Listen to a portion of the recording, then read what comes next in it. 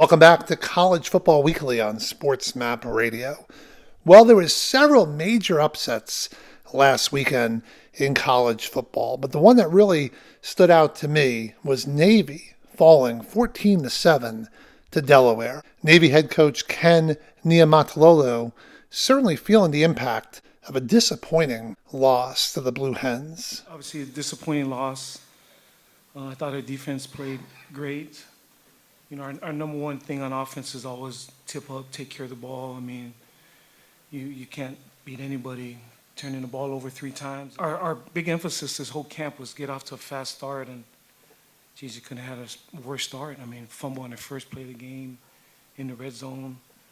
Then we're moving again, had another turnover, and all of it, the hard part about most of it is all of it was self-inflicted. I guess more than anything, just the biggest thing is just the turnovers and that start. It was our whole emphasis at camp, just fast start, and we couldn't have got off to a worse start, and just disappointed, like I said, just that was our start. Our defense gave us a chance, have the chance to play and win, and we've got to find a way to move on. Obviously, it's really hard loss to take. Ty was charged with 2 of those fumbles, but they were mesh fumbles, so you won't know until you see the tape whether it was his fault. But what was your take overall on how Ty performed?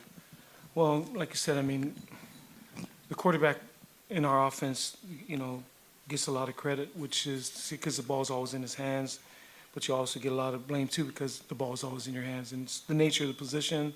Everybody who's played it recognizes the amount of pressure is on you because we're asking you to always get us into the right play.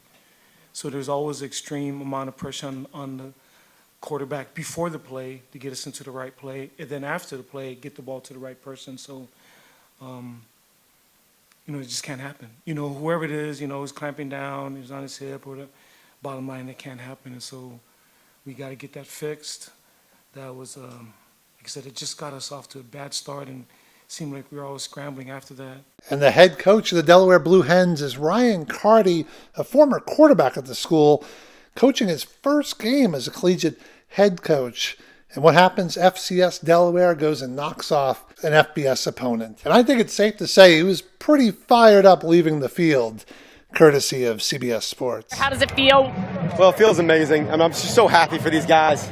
All the work we put in. Man, proud to be a Blue Hen, I tell you that much. Sorry about the F word. I'm proud. And he should be proud. I mean, what a win. And we are thrilled right now to have Coach Ryan Carty join us now on College Football Weekly on SportsMap Radio. Coach, now that it's been a few days, can you talk about just how satisfying it was to win your first game as a head coach, especially one of this magnitude? Yeah, it was exciting. I think satisfying is a pretty good word. I mean, just, you know, the amount of work we put into it and the amount of effort that the guys put into it, you know, to come out of there with a W was very special in a pretty awesome environment against a really tough team. And our guys just played so hard. You know, the defensive guys played well and hard, and everybody on the team played hard. And so that was the one thing I came out of it on Friday, and somebody asked me, you know, how do you think it's going to go? I said, I just want them to play hard, you know, and they did, and they gave us a chance to win it at the end, and we came through, and it was very satisfying is a good word. It was vindicating. Now, I saw Delaware alum Rich Gannon had reached out to you on Twitter. Even though he's a bit busy this week, I'm pretty sure Joe Flacco is well aware of the win as well. Have you been hearing from any alumni and teammates? Yeah, I had quite a few messages the day after, obviously, and the day of, and you know, it's been fun. I mean, that's the special part about being at your alma mater is that, you know, there's so many people that you care about and that you played with and that are your buddies and your family that have come back and you know, they want you to be successful because they love your program, but they also love you, you know, and so it's nice to have that that little extra added benefit of you know, that camaraderie and making sure that, you know, everybody's involved and everybody knows that we're all in this together as a Blue Hen family. So I am most certainly a press conference junkie. I mean, in addition to this show, I have another project, Postgame Central. So I just love all of that.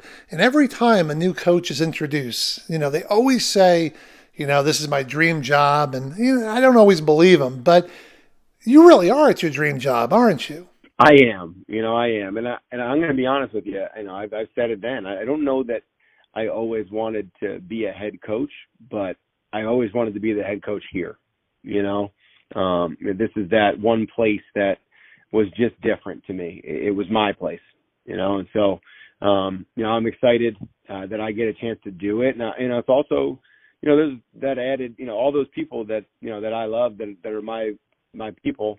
My family, my Blue Hen people, I also feel a lot more pressure because of that as well. I want to make sure that, we put a good product on the field and something that we can be proud of. Win or lose, I want to make sure that we play hard and we're tough and we're kind and we're good people and we're good sports. And, all those things matter to us as a Blue Hen Nation. And I want to make sure that, we can continue to live up to those things, those expectations. Looking at the stat sheet on Saturday, I can't help but notice how it's filled with seniors on both sides of the ball. And I think that really speaks volumes. We're definitely in an environment right now where recruiting your own players is a part of the process. So to have this many upperclassmen student athletes on the roster seems like a true testament not only to their loyalty and character, but also to their belief in your program. Yeah, it's true. I mean, we had when I got here, I think there were about 9 guys in the portal. And pretty much all of them came back. And, I'd love to take credit for it.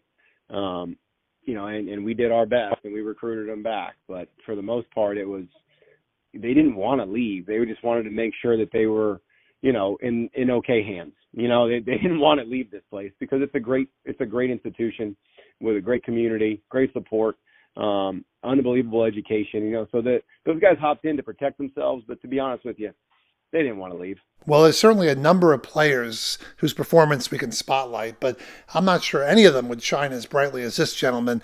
Johnny Buchanan, 23 tackles, was named the CAA Defensive Player of the Week. Can you talk about how he's developed since you arrived? Yeah, well, what's funny is when I arrived here, he was out, and so he didn't do all spring ball with an injury from that fall spring season back to back.